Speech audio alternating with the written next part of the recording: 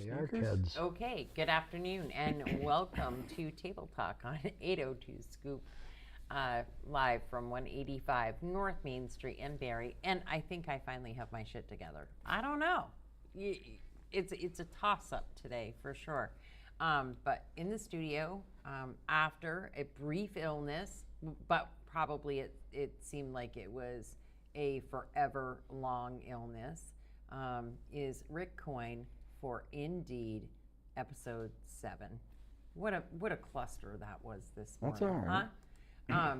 So it's the way I logged them. When you did your first episode, I didn't call it episode 1. I called it the first episode. Oh, yeah. So when I did the recall for it, Didn't come up. 6 episodes. Yeah. Yeah. Yeah. But it doesn't matter. Here No. you are. It's episode 7. How are you feeling today? I'm still not quite 100%, but feeling way better than I did a week ago Friday. Mm-hmm. And yeah, feeling great actually compared to that. So I think, And compared to probably many things you've been through, yeah, like episode 6. yeah, Right. yeah. Yeah. So I'm on the mend for sure. Hopefully to be 100% by Friday. Nice. Good. We hope so too. Did you? Well, thank you. Did you eat lettuce or something?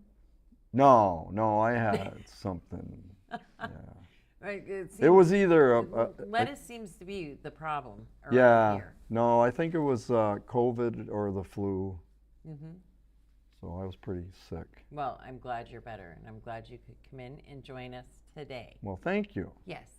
Are we kicking things off like we Yeah. always do, where you want to give a shout out to a few people? Yeah, I want to give a shout out to a few people. I want to shout out to Jay at the office and Luke. And I wanted to talk about a friend of mine that I've had for at least 28 years. It's funny how we can learn from people. Mm-hmm. And this particular friend of mine, I've somehow through talking with him and being around him, he's an amazing person. He's an amazing worker, and he does a lot for our company. Mm-hmm. And his patience is just, I can't explain how much patience he has with everybody. And he's taught me some of that. And I've asked him for advice once in a while in my life, and he's always given me good advice. And he's one of those few friends that you can trust, Mm-hmm. No matter what. And his name is Dave Wilcox. And he is without a doubt maybe one of the funniest guys in our company. And I just want to give a shout out to him and thank him for being there for me when I need some advice and talking to me. And of course, he didn't call me when I was sick, and I think he really wanted me to die because we have this thing where I like honey with my tea, and he steals my honey every chance he gets. So what he doesn't know, what I'm going to tell him on this podcast, is I've been hiding that honey where I don't think you're ever going to find it. So I wanted to let him know that. But anyways, I want to thank you, Dave, for being a wonderful, true friend of mine. Yeah, and I think that now that you've outed that, you better be careful. Yeah, well, he's because gonna. if he ever does find it, I have Yeah. a feeling it'll be doctored up. Well, like and it won't taste quite like honey anymore. Like if he knows I'm not, like he might go to the office once in a while, Mm-hmm. and if I'm not there, yeah, I gotta remember to check everything. Everything? Yeah, because he always lowers the seat on me, and I have a bad back now because of that.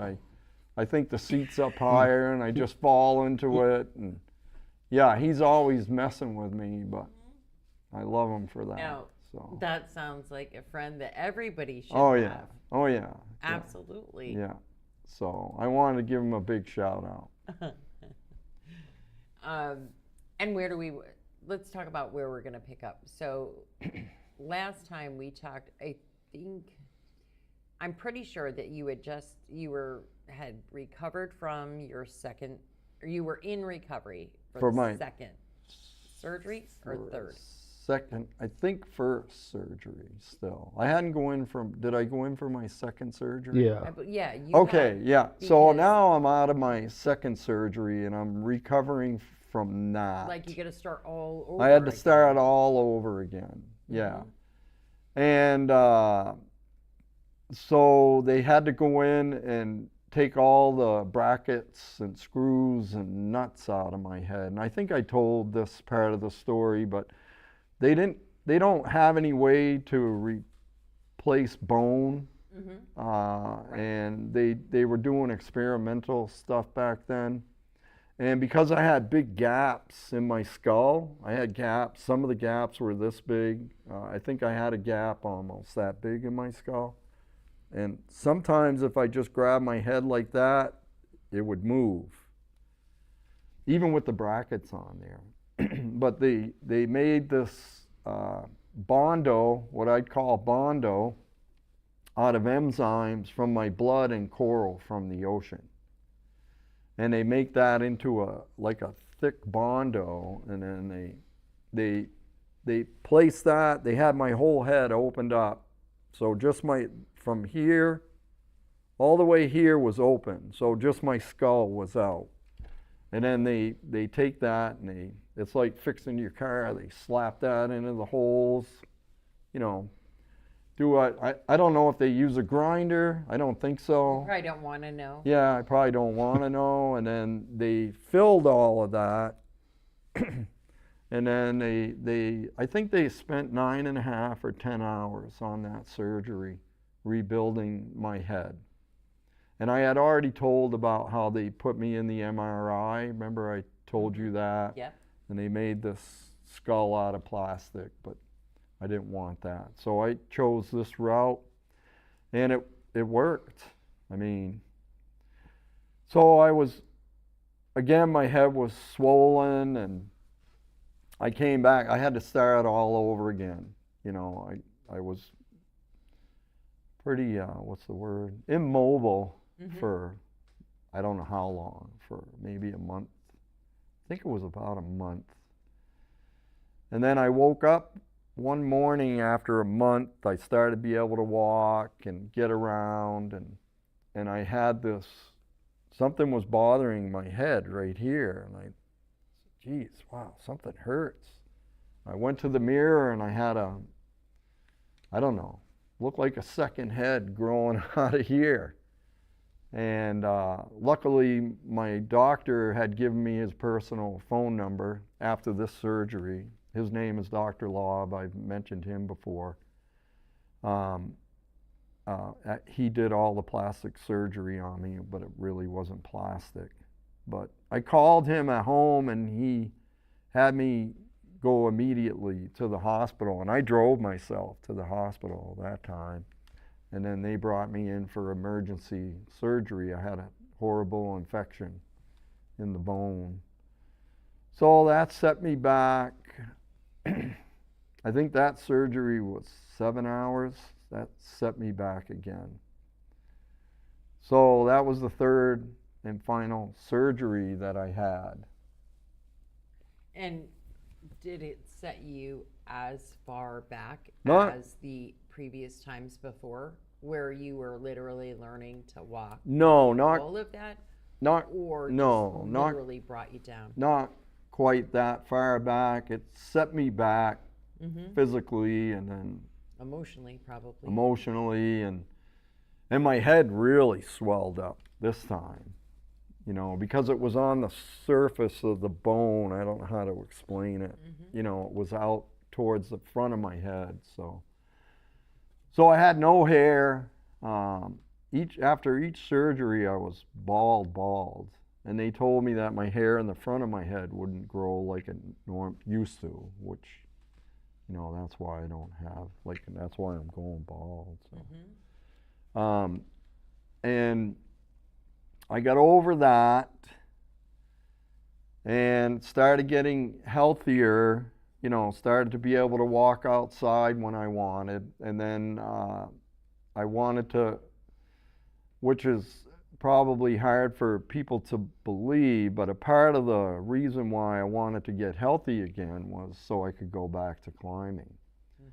Because what happened to me climbing was, for sure, in a way, it was self-inflicted, you know, because I should have turned around when I didn't. And Yeah, I didn't have my everything that you helmet, did. and you know, but it was a gorgeous day, and but getting hit the way I did in my head, I don't remember a lot of it, you know, and it wasn't like I caused it or anybody caused it. So part of my motivation to get back in shape was so I could continue to climb.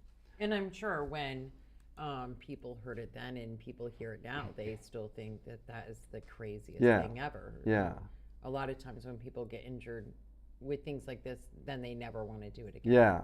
But, you know, that was a big motivation for me to get back to where I was physically. And that was a huge struggle for me because once I started to be able to walk outside, I think I mentioned there was a hill out by my apartment. I was trying to get to the top of that hill. And this was months and months. And I started walking with my ski poles, and finally I got to the top of that hill with my ski poles, and I turned around and I was just like, you know, so happy. But in reality, when I came back down, I was thinking to myself again, wow, I can't believe this is where I am with my life. I can barely walk to the top of this hill with ski poles. And, you know, I've been able to run with a pack with 50 or 60 pounds in it prior to that, you know. So I had to keep setting goals in front of myself to keep me working. So I wanted to go as far as I could with my ski poles, and I started walking further and further. And then I finally got to Camp Street, and I said, I want to start walking to the top of Camp Street. And I made it. That's no easy task. No, and I made it to the top of Camp Street with my ski poles, and so now I'm starting to feel better. And I was driving a little bit, which, you know, according to the people I was in the hospital with, you know, you got to go to special school, you only have one eye, and well, I started driving and started getting better at driving, and so I decided I wanted to drive over to Maine to see my mother. And I wanted to show her that I was getting better. So I took a drive over to Maine and surprised her. And my father is a different thing, but my mother was real happy to see me. And while I was there, as a kid, I grew up on the beach. On Old Orchard Beach, but the northern part of Old Orchard Beach. We spent our summers there. We had 2 cottages there. So I lived there in the summer from the time I was 4 years old until I was 12 and a half. And the beach has always been my safe place, I guess you call it. It's I've been all over not all over the world, but a good part of the world, and I've been on some of the most beautiful beaches in the world. And this beach still has my heart as number one. And I was competitively running while I was climbing, so I was doing road races, and I would drive to Maine, and for training I would run in the soft sand for climbing and for running with the pack on. So I'd have anywhere from 30 to maybe 50 pounds at the most.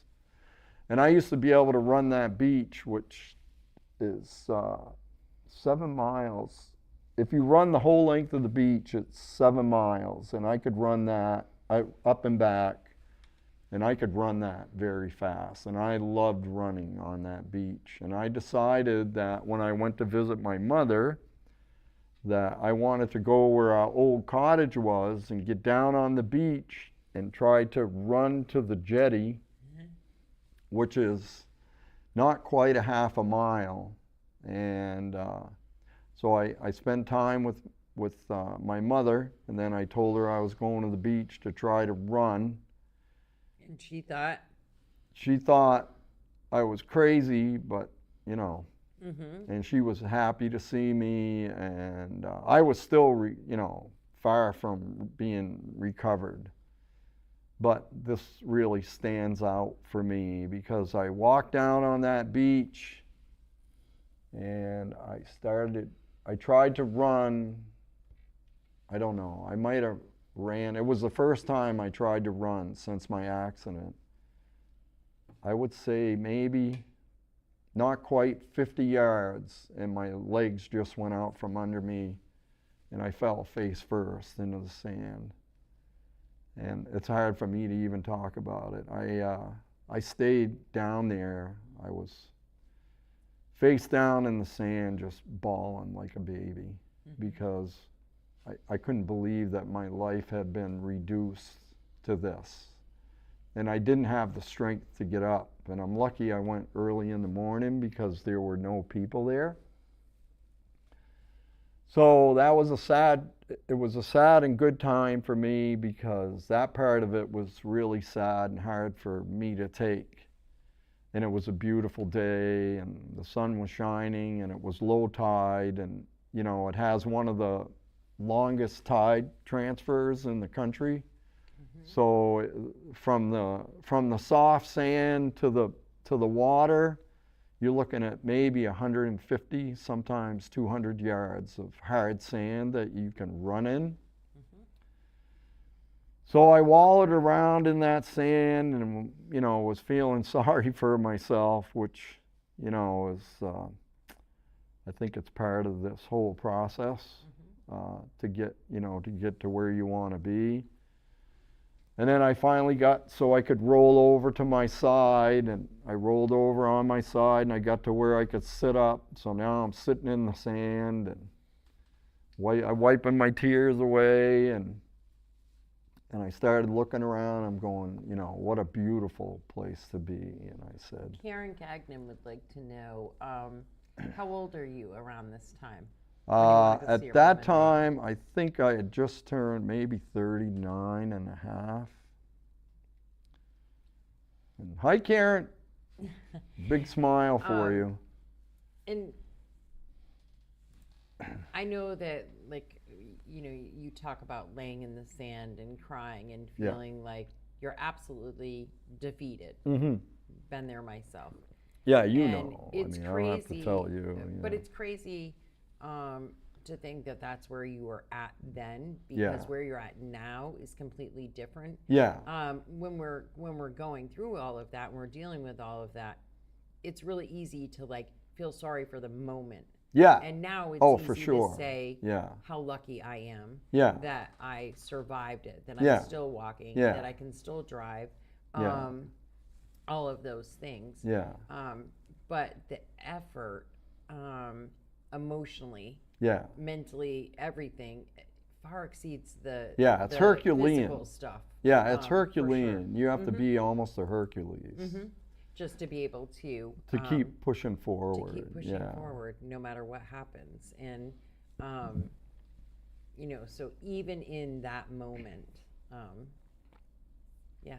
Yeah, it was tough. So I sat up in the sand and I started to calm down a little bit, and I was looking around how beautiful it was, and seagulls are flying and squawking, and the waves are coming in real slow. And I said, well, I'll tell you one freaking thing. I said, I may not be able to run to that jetty, but I'll tell you what, if I got to crawl, I'm going to crawl to that jetty. So slowly I started crawling on the beach, and then I rested, and then I was able to get strength enough to push myself up. I got up on my feet, and it took me an hour, I think, I would say about an hour to walk to that jetty, to get to that half a mile. And I can still remember the rock that I touched. And it's still there because it doesn't change. And I touched this rock on the jetty, and I turned around and sat on that rock, and I was crying from happiness to be able to get there. And I sat there for milled around that rock for, I don't know, 45 minutes, get my strength back, and then I walked all the way back to the car. And I sat in the car for 2.5 hours, just resting. I didn't want to go home looking the way I probably did to my mother back to their house. And I told them that I walked to the jetty. I didn't tell them anything that took place, and then I went home. So from there on out, I didn't have any relapses, and I started to go back to work. And then my next goal was to start walking with weight on my back, because my whole goal was to get in shape so I could climb. Yeah, to climb again and to do big mountains.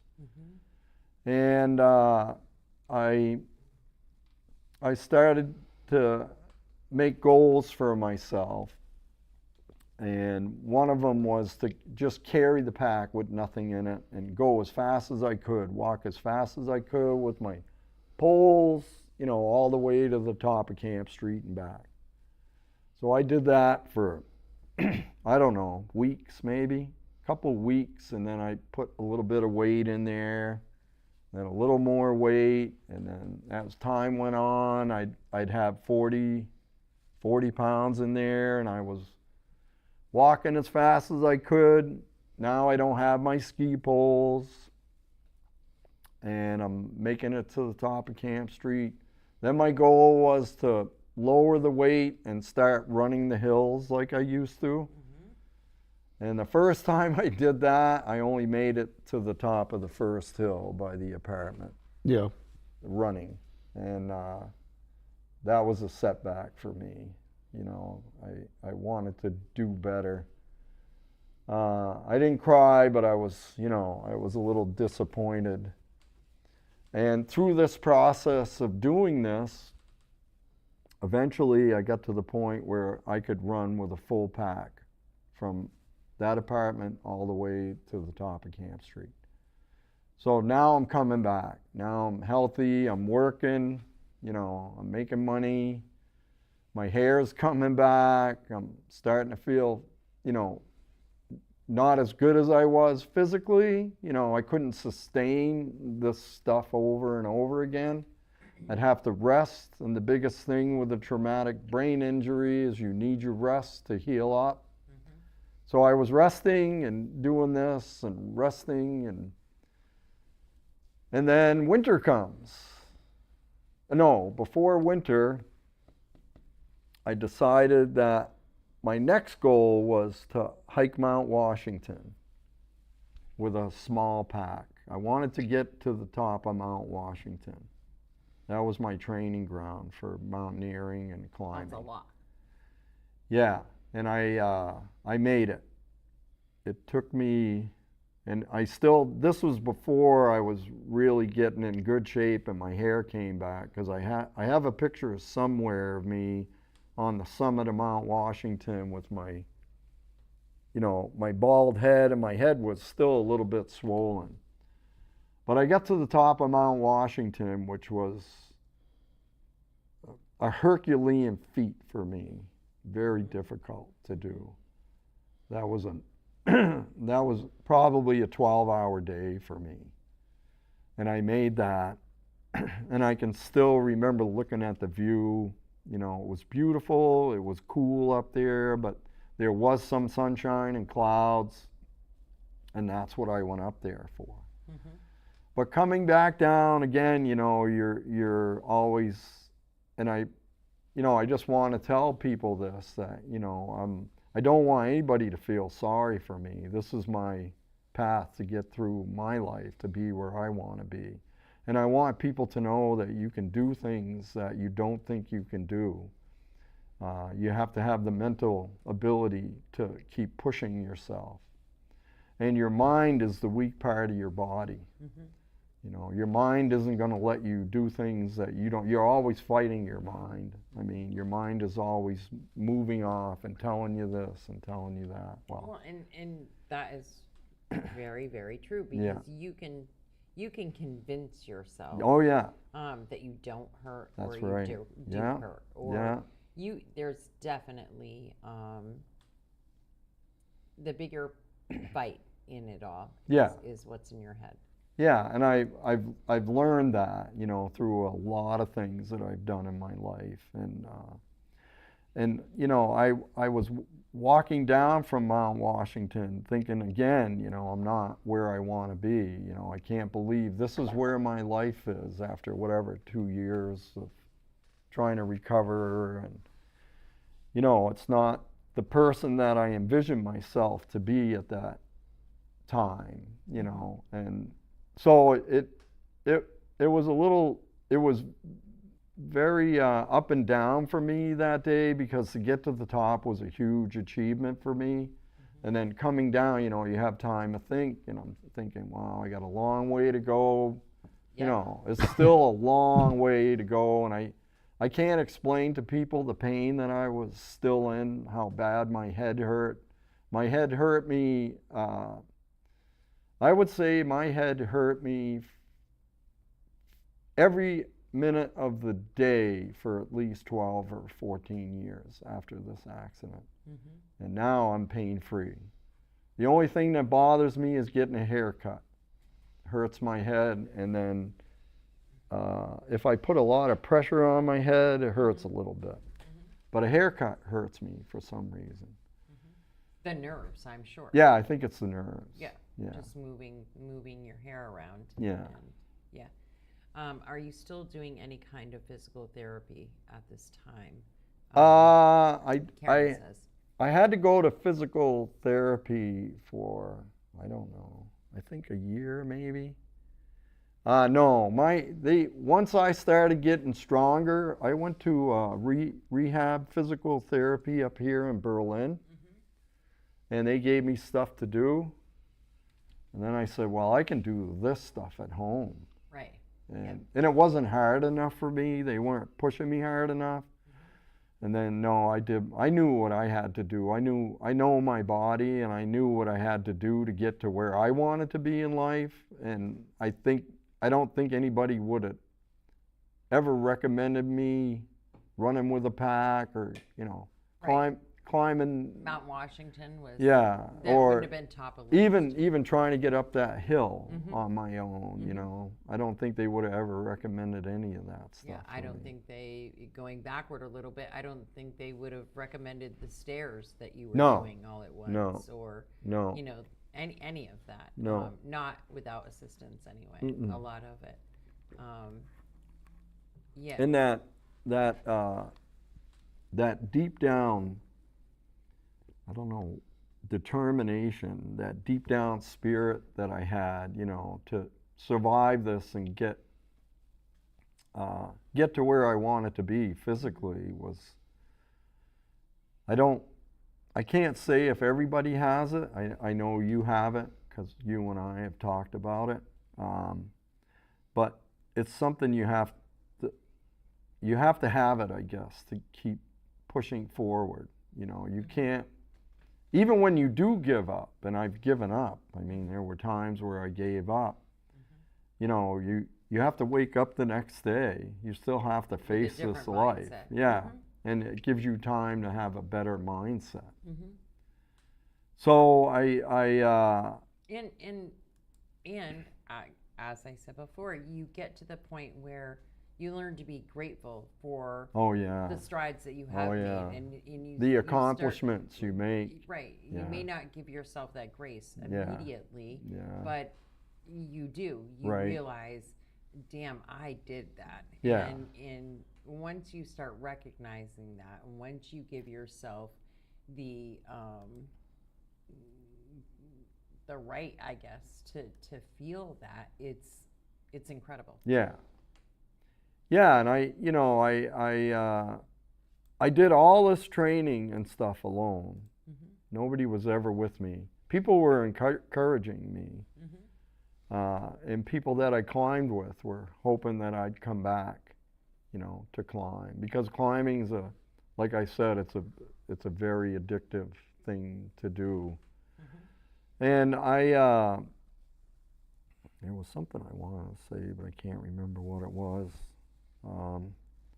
Craig knows, my boss at work knows, sometimes he tells me he thinks of stuff and then comes out to talk to me and forgets what it was. Sorry, Craig. Well, I mean, it's true. He's going to laugh if he hears this. Jane Bauer says, to hear that your head was in pain for 10 to 14 years every day is something that most people couldn't handle. Well, I agree you with know, that. Yeah. I mean, you're still in pain. Mm-hmm. Yeah. And I'm blessed. I'm very fortunate that pain went away. Mm-hmm. And I had to sleep with that pain, live with that pain, work with that pain. Mm-hmm. And it's gone for me, and I'm hoping for you. It becomes a mindset. Yeah. Too. I mean, yeah. it is there, but I yeah. think that, we overcome it in yeah. different ways. And there are many more ways than with a pill, right? Yeah. I've learned that. Oh yeah. You've You learned don't. that. Yeah. You don't take anything for your pain. No. And you're still in pain, and I wish you to be pain-free eventually. I refuse to take anything. Yeah. And but I think that's why I'm still okay. It is. It is for me. Yeah. Yeah. It wasn't helping me to take any pain medicine. Mm-hmm. That was doing nothing for me. Except for holding you back. Yeah, it holding makes me you back. Slower. Yeah. What makes it does to your body and your and you have no ambition. Mm-hmm. Yeah. Yeah. And I do want to say that I think for a good part of my whole life, I've always wanted to live life. I don't know how to explain this, but I've always wanted to do an adventure or do something that's exciting and, be adventurous and take risk. And I have been like that since second grade, Mm-hmm. And I think there are a lot of people like that, but I think a majority of people don't feel that way or don't think that way or don't live their life that way. And for me, not being able to ski or climb or swim or do the things that I love to do, it wouldn't be a life for me. I guess I don't know how to explain that. And the reality is that... And we're all different. We are all different. And I don't ever want to put anybody down for what they're doing with their lives. I'm just telling you from my perspective. Exactly.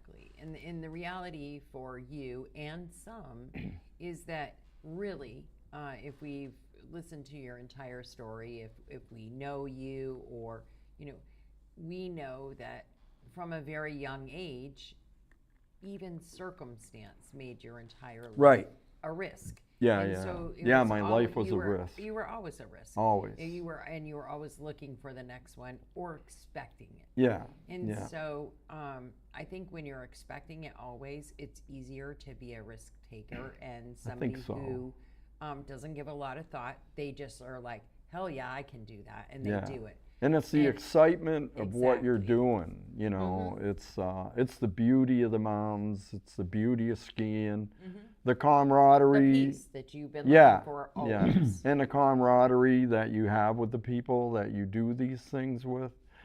And it's very interesting because, and I'm sure any climber will agree with you, but once I quit climbing, I lost a lot of friendships because it's a culture. It's a way that they live their lives. And it's nothing bad about that, and I totally understand why. They're still gone doing they're still doing what they want to do, and, I don't feel bad about it, and I would be the same way, Yeah, gears shifted. Yeah, your gears have shifted. So the Mount Washington thing gave me a setback, but also a reality check to realize that, physically I couldn't do, I had already visions of ice climbing and for that winter. And this was in late August when I hiked Mount Washington for the first time. And I already knew that there was no way I'd be climbing that winter, and I can't remember what year that was. So I knew that I had to do a lot more physically to get to where I wanted to be so I could ski. And, skiing's been a passion of my life, but I gave all that up for climbing. I gave up a lot of passions for climbing because you can't do both in the winter. Well, you could. I mean, I'd ski maybe 5 times a year, but most of the time I was out climbing. And so I knew that I was a long way off from where my goal was. And I said, well, I just got to train harder and work harder and try harder to get to where I want to be. And, this is and in reality, in life, everybody on this planet has the same battle every day for what they want in their lives. And, I think we as people are the hardest critics of ourselves, and our mind is always trying to play games with us, trying to put us down, or, I'm not that good, I'm not this. And it's very interesting in life that for me, it's interesting because I like to compliment people a lot. And, it's very difficult for people to compliment other people. And it's a lot easier to be critical of other people than it is to compliment them. And I found that throughout my whole life. And I try to do it as much as I can. I try to give people a positive feeling about themselves and how I feel about them, And I think that's a constant battle with us inside of our minds, And I feel that having a peaceful mind and working on keeping a peaceful mind is a real key to your life, And don't be hard on yourself. And I still am hard on myself. We all, it's not easy. Yeah, it's we all are. Everybody is. Mm-hmm.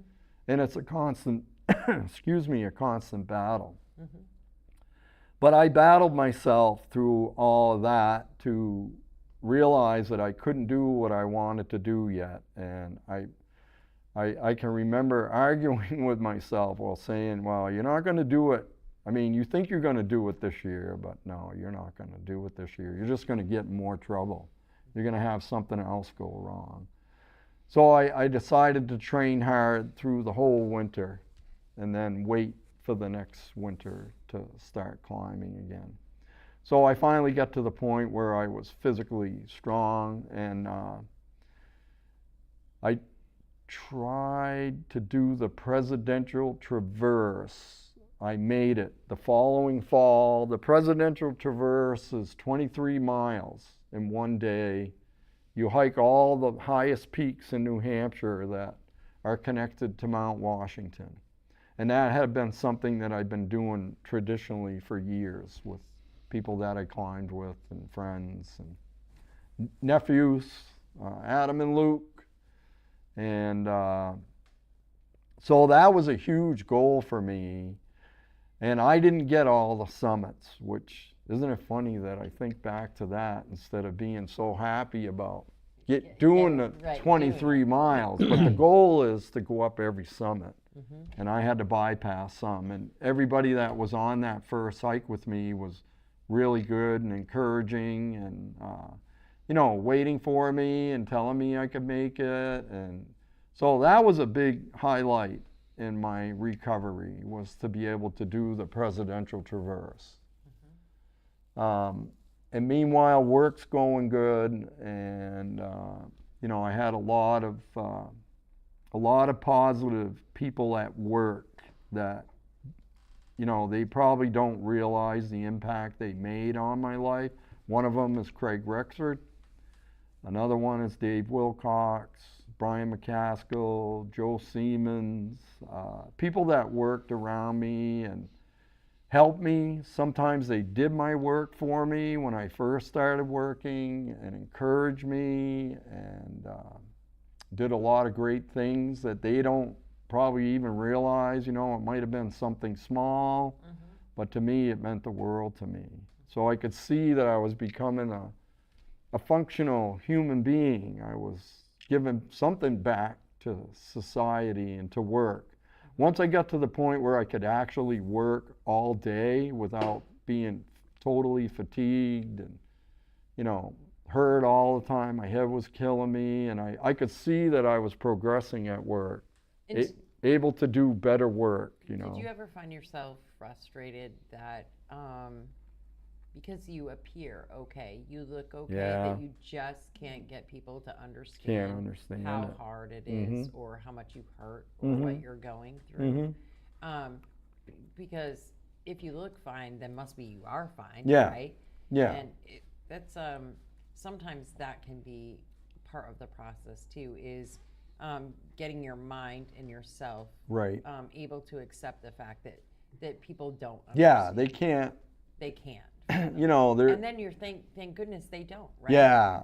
You know, nobody can do like I've mentioned before, nobody can do our suffering for us. I mean, we're the only ones that feel what's going on with our body. And I mean, it's nice to have encouragement and, you know, all the things that people try to do for you, but in reality, you do your own suffering. And it's a fight with yourself. And again, your mind is involved in all that, you know, fighting your mind.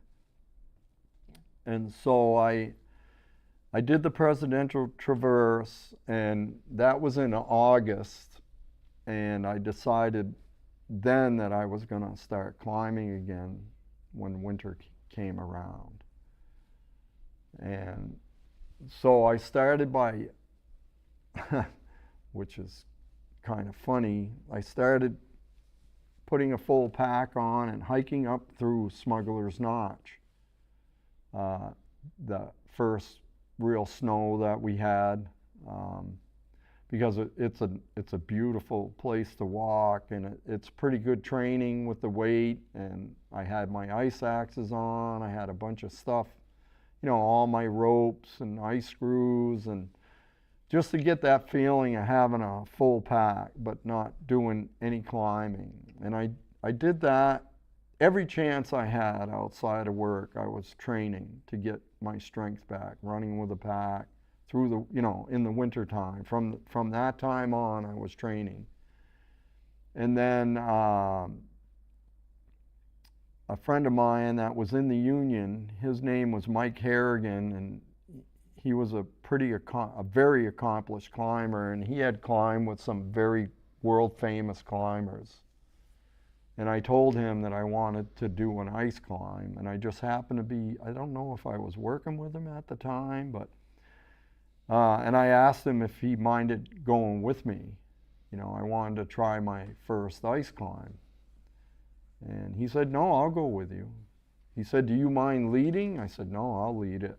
And I did what's probably my most aesthetically beautiful ice climb in Vermont, which is Hidden Gully up in Smuggler's Notch. And it's fairly easy ice climbing. And the thing about it is you have to go up a narrow gully. You climb a little bit of ice, and then it gets a little steeper. And you go up this gully, and you can't see, because it's a big rock face. It's a bowl like this that comes around, and the gully goes right in between it. And there's a little bit of ice just before you get to where it opens up.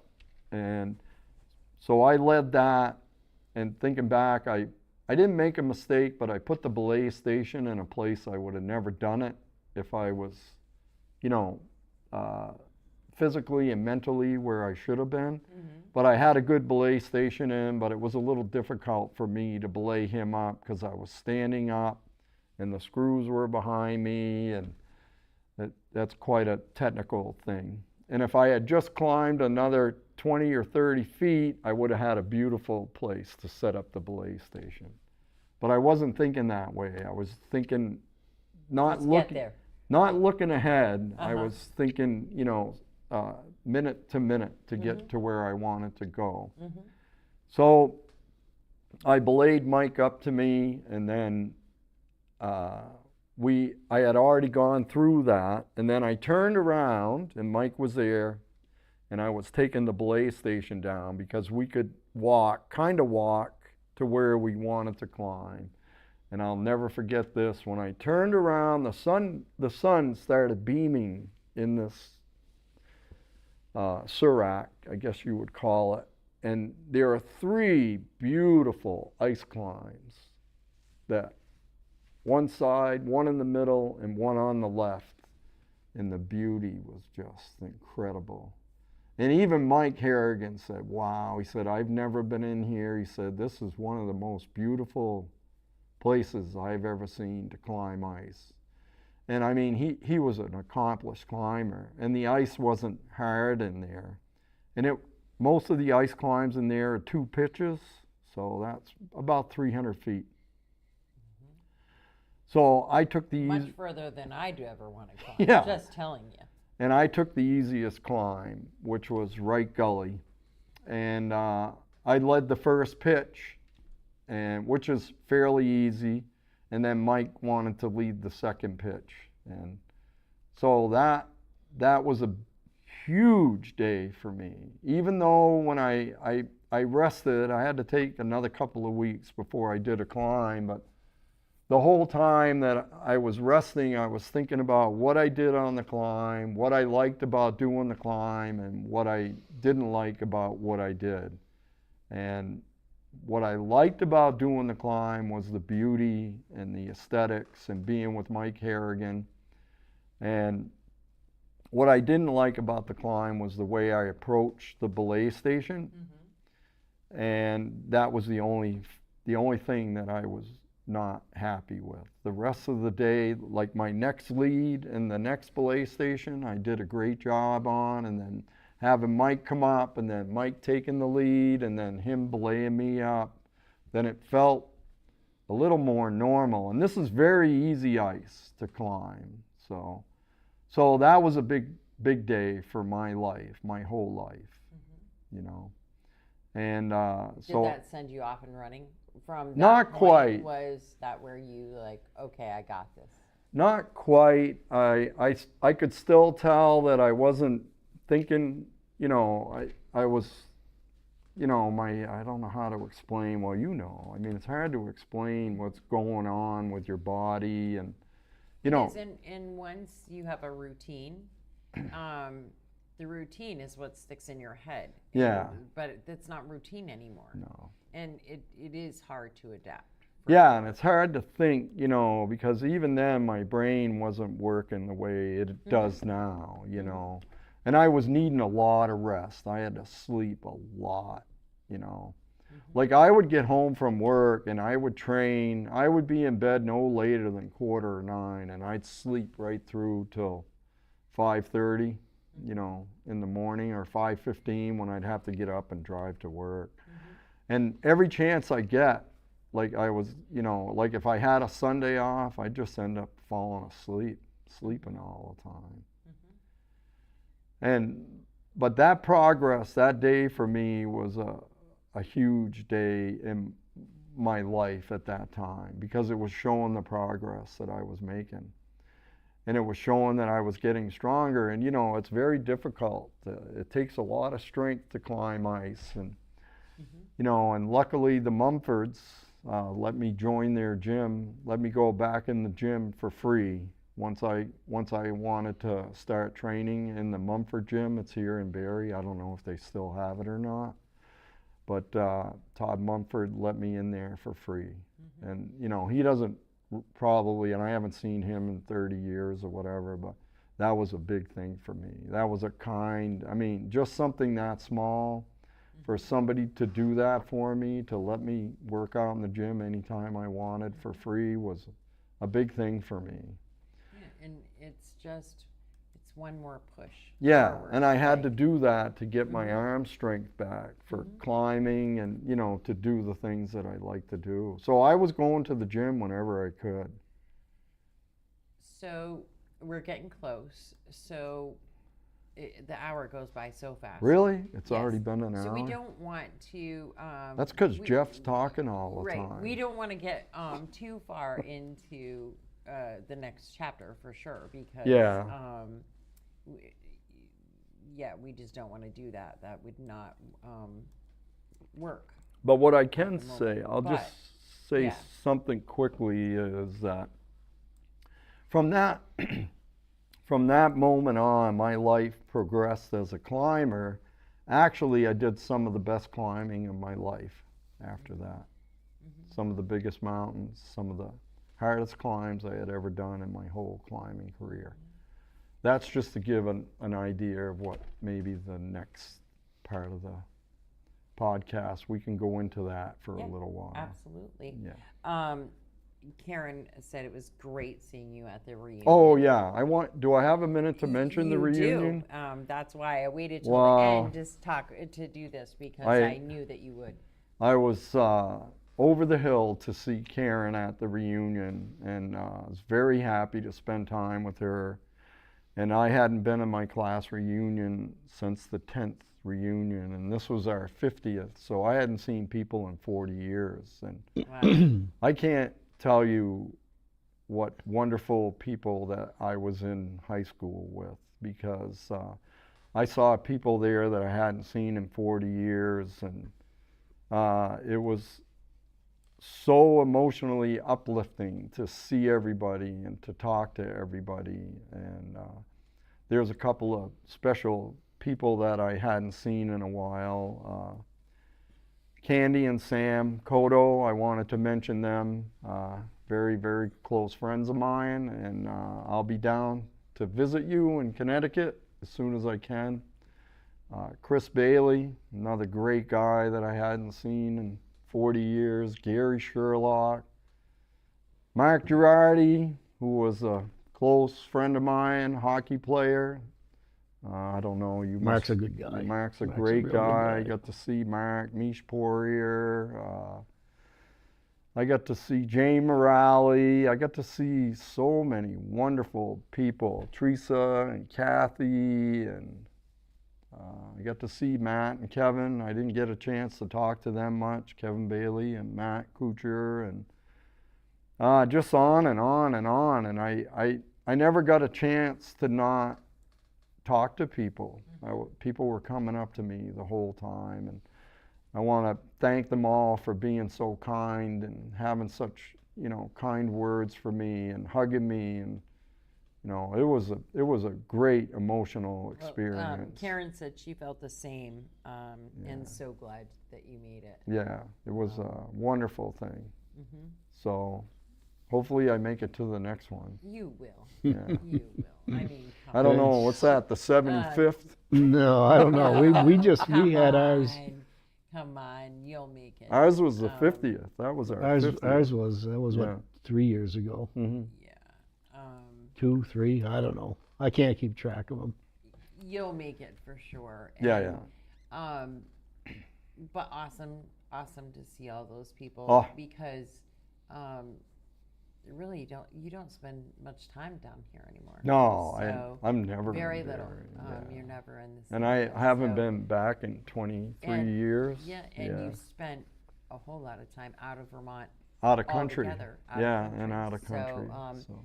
which that's a little further down. We the got to line, see but- Nick Giordano. Geez, I'm trying to think of all the people that I got a chance to see. Got to see Ann Craig. She sat Next next time we to should me.